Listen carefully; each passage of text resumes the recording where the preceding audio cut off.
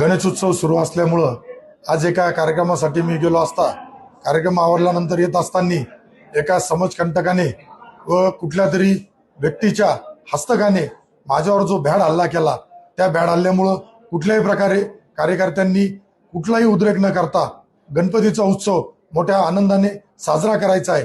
कारण आपल्याला ज्या जनतेने मोठ्या प्रेमाने आपल्याला हे स्थानी पोहोचवलंय, आज हा मान सन्मान दिलाय, एका भ्याड हल्ल्याने आपण व्यथित होणार नाही, आपण खचणार नाही। परंतु आज हा जो गणपती उत्सव आहे, हा उत्सवाला कुठल्याही प्रकारे गालबोट लागणार नाही याची सुद्धा आपल्याला काळजी घ्यायची आहे।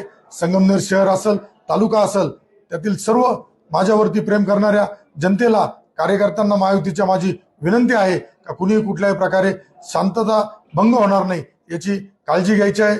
पोलीस प्रशासन उद्या तपास करतील, त्यामध्ये जे कोणाचे हस्तक असतील तर त्यांच्यावरती सुद्धा आपल्या कायद्याच्या राज्यामध्ये कठोर कारवाई केली जाईल। पुन्हा विनंती करतो, सर्वांनी शांत राहायचं आहे।